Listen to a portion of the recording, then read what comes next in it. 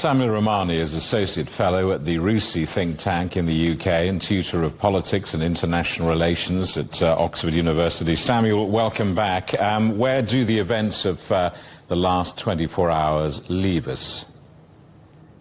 Well, basically, I think that we're basically at a precipice of breaking the ceasefire that's been enduring over the past few months.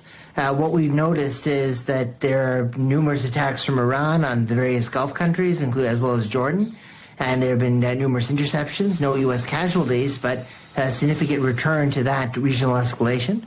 We're also seeing the U.S. restoring the blockade and carrying out more precision strikes on Bushehr, Bandar Abbas, radars, air defense facilities, and trying to degrade Iran's maritime capabilities. Moreover, we're seeing a surge in oil prices also to over $85 a barrel.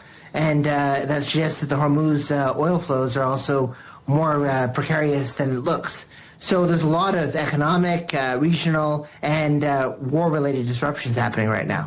What message is Tehran trying to send to the world by attacking oil tankers and commercial ships rather than perhaps focusing solely on military targets? Well, I think that the Iranians are basically trying to show that they can inflict economic pain as well as military casualties. And economic pain may be actually more efficient for them. So that's why they're targeting commercial shipping. They want to basically impose costs on the Gulf countries that are hosting American bases by proxy. This is another way to do that, by disrupting their trade flows.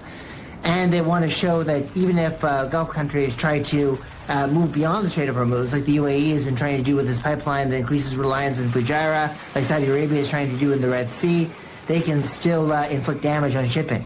So they really want to kind of show that they can asymmetrically impose maximum economic pressure on the U.S. and their partners. So how concerned then should countries hosting United States military facilities be? Well, basically, the U.S. Air defense and missile defense systems like the THAADs and the Patriots have seemed to have held up in terms of being able to intercept. Obviously, those missiles are very costly relative to the drones that Iran inflicts. So much depends on the ability of indigenous defense industry sourcing from alternative sources like Ukraine to be able to fill those gaps in the longer term. So I think that the countries in the Gulf should be obviously concerned about their security, confident in their ability to intercept these threats, but also acknowledging that the image of normalcy that they were trying to project after the ceasefire is now significantly weakened. So we saw countries like including the UK, lift travel advisories on the UAE and insurance companies restoring travel as normal. That might be a bit of a problem now. So if things get a little bit more precarious and a wartime situation increases. So given what you say, is there still a realistic pathway to diplomacy, or are we now seeing both sides locked into a military escalation? Well, I think that there is obviously escalations on different layers. I mean, this could be a return to tit-for-tat attacks, and it could be a checked escalation.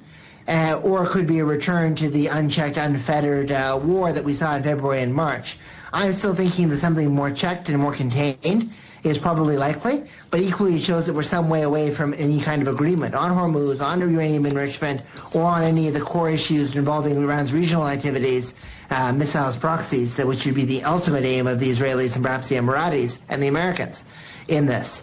So I think that there is a very dangerous moment here. We're not fully on the course to all-out prolonged hot war, but we definitely are nowhere near peace. So we're somewhere in that uneasy equilibrium between peace and war, and there needs to be involvement of diplomatic intermediaries. I suspect even though Oman may have been struck, that it will start trying to play a role, as well as also more serious discussions from across the region to climb down here.